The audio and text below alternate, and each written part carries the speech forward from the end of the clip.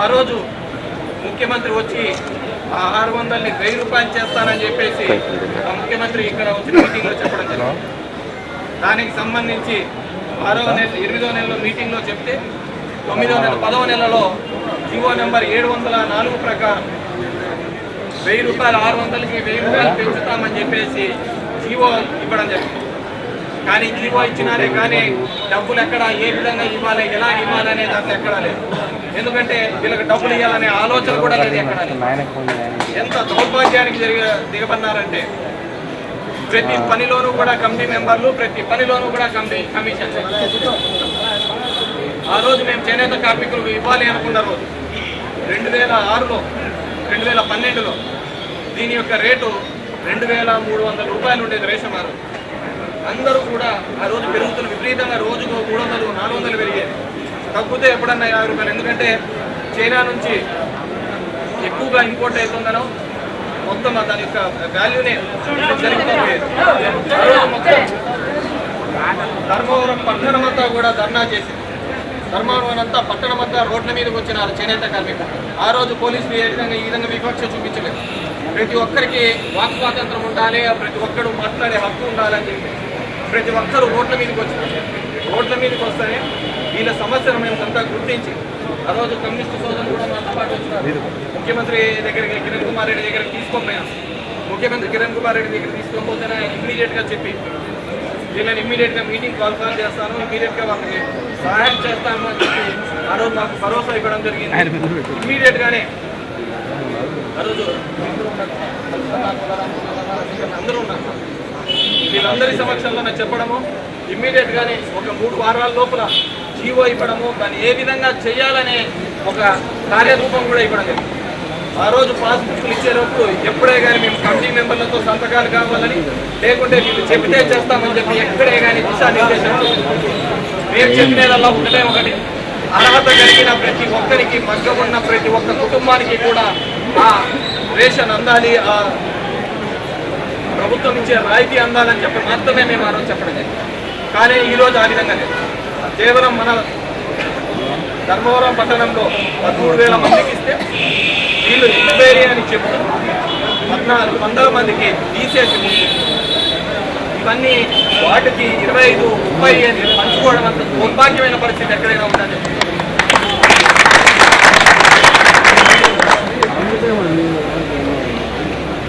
ప్రతి ఒక్కరూ కూడా వాళ్ళ వార్డు కమిటీ మెంబర్లకు ఇస్తారంట 25 బుక్లు, 30 బుక్లు. ఇది కూడా చాలా మంది చేనేతల దగ్గర బుక్కులు ఎక్కడ ఉన్నాయి కాబట్టి రోడ్ దగ్గర ఉన్నాయి.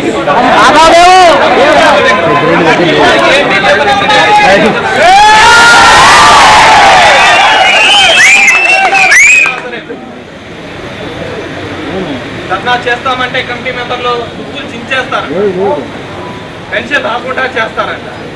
అంత భయంతో రావాలంటే రేపు పొద్దున ఓటు అడగాలంటే నానా సంఖ్యలు ఎంత బాగుతాడు. పట్టుకున్నా కానీ ఆ రోజు ఓట్లు వేస్తారా? మనం మంచి అన్ని చేసి అడుగుతా అంటేనే 10 కారణాలు చెప్తారు. ఎంతటి దౌర్భాగ్యమైన పరిస్థితి అంటే ఈరోజు మేము ఆ రోజు మహిళలకు కూడా సిరిసిల్ల ప్యాకేజ్ అని చెప్పి అర్హత కలిగిన దానికంటే ఎక్కువగా ఉండాలి, వారికి బ్యాంకింగ్ లోన్ ఎక్కువగా ఇప్పించాలని చెప్పేసి కలెక్టర్ జనార్దన్ రెడ్డిని పట్టుకొని ఆ రోజు మీరందరూ కూడా సాక్షి 3.5 లక్షల ఉన్న ఒక్కొక్క అర్హత కలిగిన గ్రూప్ 5 లక్షల వరకు ఇప్పించడం జరిగింది.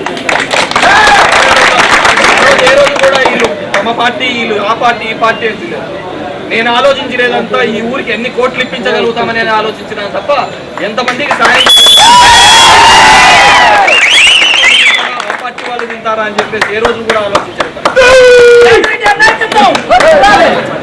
ఈరోజు చూస్తుంటే వీళ్ళు రుణమాఫీ అని చెప్పారు.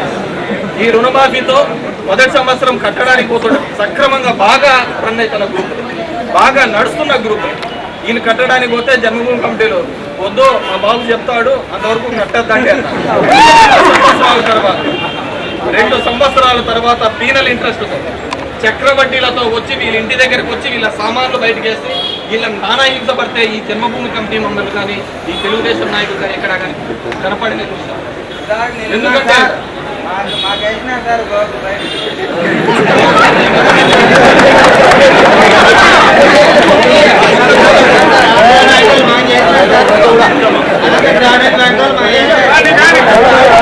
ప్రతి ఒక్కరి కూడా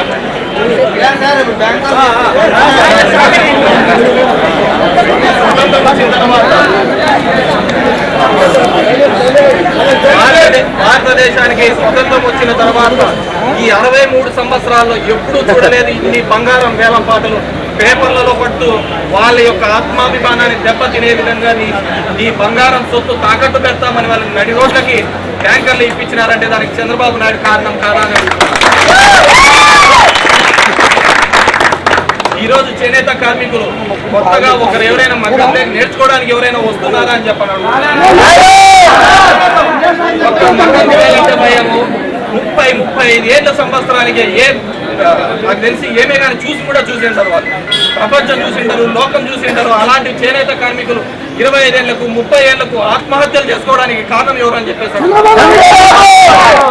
30 సంవత్సరాలకు వాళ్ళకు పిల్లలు, చిన్న పిల్లలు.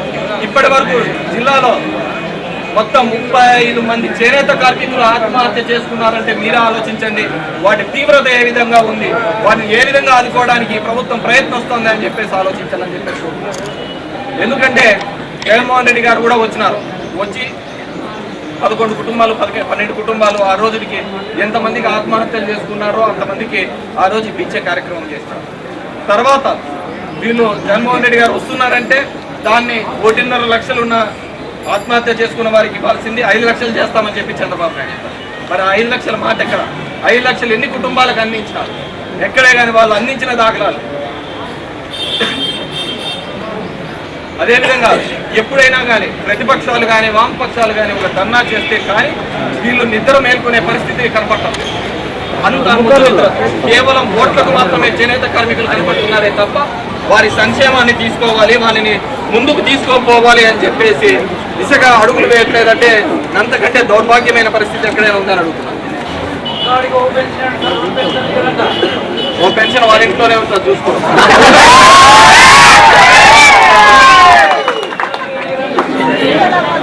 అదేవిధంగా ఐసిఐసిఐ లాంబార్డ్ స్కీమ్ అనే ఒకటి ఉండేది, ఇన్సూరెన్స్. చాలా మంది చేనేత కార్మికులు తెలిసింటారు.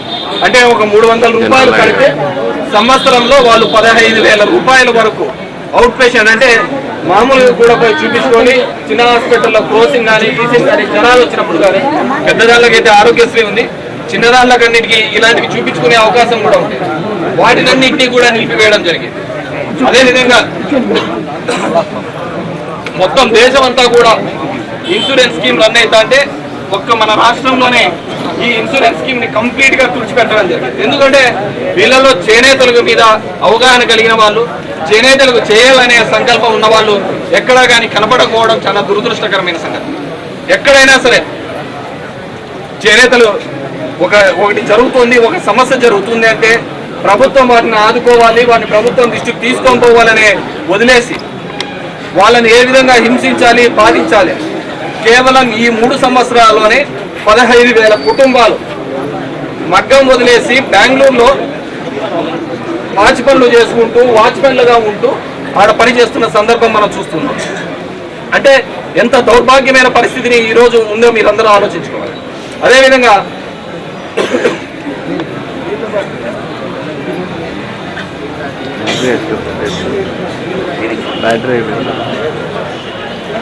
అదేవిధంగా ముడిపట్టు రాయితీకి సంబంధించి ఆ రోజు 2,600 రూపాయలు ఉండేది, ఆ రోజే 200 ఇవ్వడం జరిగింది.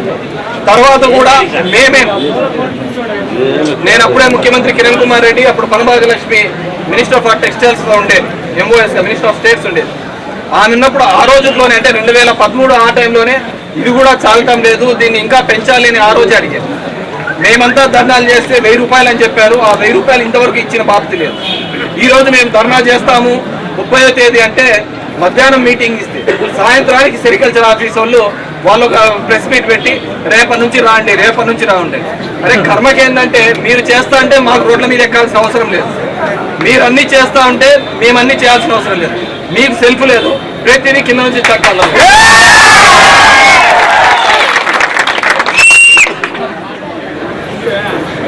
కాబట్టి ఈరోజు ఈ ధర్నాకు వచ్చినాం. మా దౌర్భాగ్యం ఏంటంటే మా పోలీసు వాళ్ళు చూస్తే జనచేతన యాత్రలు చూస్తే ఇవన్నీ వేస్తారు, కాన్వాయ్ పెట్టి ప్రజల సమస్యలకు వచ్చాలి కదా, రేటు బయటే మాట్లాడాలంటే సెట్ వేసినాడు.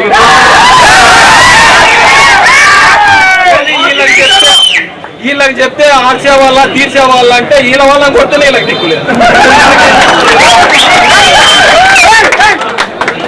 నేను ఇప్పటికే కూడా ప్రతి ఒక్కరితో కూడా మాకు మంచి సంబంధాలు కావాలనే కోరుకుంటాం. లేదు అధికార పార్టీ నాయకులు చెప్పినట్టే పోతాము అంటే మేమింతే అంటే నేనింతే అనే పద్ధతితో మేము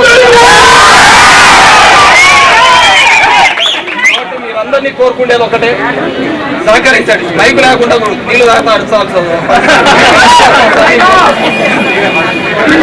మైక్ వస్తే ఒక మైక్ తీసుకొని వచ్చి ఒక సమస్య గురించి మాట్లాడాలి అన్నా కానీ అనుమతించలేని మనం ఏ ప్రజాస్వామ్యంలో ఉన్నామో, ఎక్కడ బతుకుతున్నామో కూడా తెలియదు. ఉద్యోగస్తులు ఈ రోజు ఇక్కడ పనిచేస్తుంటారు, ఇంకోటి చోట పోతుంటారు. కానీ ప్రతి ఒక్క చోట కూడా మరొక సిద్ధాంతాల మీద నడుస్తున్నాం. ఒక సైద్ధాంతికంగా పనిచేయాలనే ధర్మం పాటించకుంటే మాత్రం ఖచ్చితంగా అందరూ ఇబ్బందుల్లోనే పడాల్సి వస్తుందని చెప్పేసి ఈ సందర్భంగా తెలియజేసుకుంటూ, అదేవిధంగా NHDC కింద 10% ఇంతకుముందు వచ్చేది, పాస్బుక్లకి అన్నిటికీ వచ్చేది. ఈరోజు ఆ స్కీమ్ని వీళ్ళకు వాటాలు సరిగ్గా రాక పంచుకునే దానిలో ఇబ్బంది జరిగి వీళ్ళు ఈ స్కీమ్ను పూర్తిగా నిలిపేస్తున్నారు. 120 పెన్షన్లు తిన్నాడని మల్లికార్జున అనే ఒక కౌన్సిలర్ని సస్పెండ్ చేస్తున్నారు. మళ్ళీ ఈరోజు ఆ 120 పెన్షన్లు తక్కువ తిన్నాదేమోనని మళ్ళీ ఎక్కువ పెట్టుకొని అతనే వెంట వేసుకొని ఈరోజు మీకు ఇచ్చే పాస్బుక్లలో, మీకు ఇచ్చే 10% సబ్సిడీలలో ఎక్కడ ప్రతి ఒక్క చోట కూడా తలవార్ల వ్యవస్థ అయింది. ఈ వ్యవస్థ మారాలని చెప్పేసి ఈ వ్యవస్థ మారాలి. ప్రతి ఒక్కరూ కూడా జన్మభూమి కమిటీ అదేమి రాజ్యాంగం రాసిన కమిటీ కాదు, వీళ్ళ మన కర్మకు ఏర్పాటు చేసిన కర్మభూమి కమిటీ అది. ఈరోజు ఈ ముడిపట్టు రాయితీ వచ్చేంత వరకు కూడా మేము పోరాడుతూనే ఉంటాము. ఇది first and last. Next time అయితే ఇక్కడే మొత్తం కూర్చొని నియోజకవర్గం అంతా కూర్చొని ఎవడో కానీ ఆ రోజు ఎవడే కానీ ఆపలేరు. ఇది ఫస్ట్ అండ్ లాస్ట్. చేనేత కార్మికులు అందరూ కూర్చొని ఆ ముడిపట్టు వచ్చేంత వరకు ఇలా నిద్రాహారాలు మానైనా సరే ఈ అవకాశం ఇచ్చిన మీ అందరికీ కూడా మరొకసారి ధన్యవాదాలు తెలియజేసుకుంటున్నాను.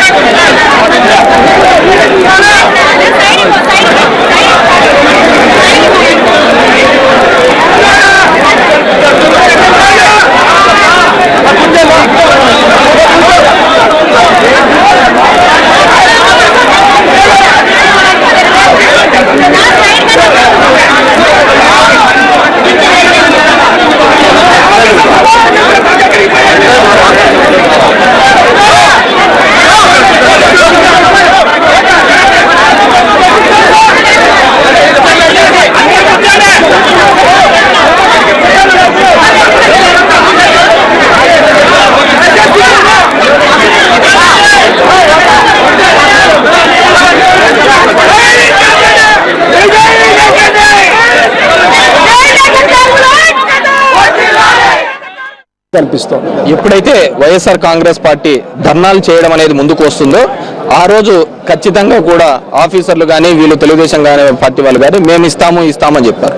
ఇంతకుముందు పోయిన సంవత్సరం జూలై 24వ తేదీన ఇదే పద్ధతిలో మేము పెద్ద ఎత్తున సంతకాల సేకరణ చేసి ధర్మవరం చేస్తే చంద్రబాబు నాయుడు గారు వస్తున్నారు, ఆయన మీటింగ్లలో మొత్తం గొడవ జరుగుతుంది. ఎందుకంటే ధర్మవరం పట్టణంలో దగ్గర 1,00,000 దాకా చేనేత వృత్తిని నమ్ముకున్న వాళ్ళు ఉన్నారు, వాళ్ళందరూ ధర్నా చేస్తారని చెప్పేసి ఆ రోజు కూడా ముడి సరుకు ఇస్తామని చెప్పేసి ప్రలోభ పెట్టినారు. చంద్రబాబు నాయుడు గారు వచ్చిన తర్వాత మేము 600ని 1000 రూపాయలు చేస్తున్నాము, రుణమాఫీ చేస్తున్నామని చెప్పి ఇక్కడ ప్రగల్భాలు పలికిపోయినాడు. కానీ ఆ రుణమాఫీ కూడా అందరికీ కూడా అందలేదు. అదేవిధంగా ఆ తర్వాత చంద్రబాబు చెప్పినప్పటికీ కూడా ఇప్పటికీ 4 నెలలు అవుతున్నప్పటికీ కూడా ఆ జీవోను 1000 రూపాయలు పెంచిన దాఖలా లేవు. మళ్ళీ మేము 22వ తేదీ ధర్నా చేస్తాము 30వ తేదీ అని చెప్పేసి మళ్ళీ ఒక అల్టిమేటం ఇచ్చిన తర్వాత అదే రోజు సాయంత్రం మేము మళ్ళీ చేస్తాము అని చెప్పినారు. ఇంతవరకు కూడా చేయని ప్రసక్తి ఉంది. అదేవిధంగా మేము ఎప్పుడు ధర్నా చేయాలన్నా కానీ 144 సెక్షన్ వస్తుంది, 30 యాక్ట్ వస్తుంది, గృహ నిర్బంధాలు వస్తాయి. ఎక్కడ చూసినా కానీ చేనేత కార్మికులు కానీ మీరు ధర్నాకు కానీ దీనికి కానీ అడిగితే మీకు వస్తుండే తీసేస్తాము, పెన్షన్లు తీసేస్తామని చెప్పేసి ఈరోజు ఇబ్బంది పెట్టే పరిస్థితి. దగ్గర 38 కుటుంబాలు ధర్మవరంలోనే ఆత్మహత్య చేసుకున్నాయంటే చాలా బాధాకరమైన విషయము. అయినప్పటికీ కూడా ఈ ప్రభుత్వం స్పందించకపోవడం చాలా విచారకరమైన. జగన్మోహన్ రెడ్డి గారు కూడా పోయిన సంవత్సరం వచ్చి ఇక్కడ ఉన్న కుటుంబాలకు నేనున్నాను అని చెప్పేసి ఒక ధైర్యం చేస్తూ ఇక్కడ తిరగడం జరిగింది. ఆయన వచ్చే క్రమంలో కూడా మళ్ళీ కూడా చనిపోయిన వాళ్ళకందరికీ 5 లక్షలు ఇస్తామని చెప్పి చెప్పారే తప్ప ఇంతవరకు కూడా ఇచ్చిన దాఖలాలు లేవు. ప్రతి సందర్భంలోనూ కూడా ప్రతిపక్షాలు ధర్నా చేస్తేనే తప్ప వీళ్ళు ఉలుకుపడే పద్ధతిలో లేరు. ఇది చాలా దౌర్భాగ్యమైన పరిస్థితి.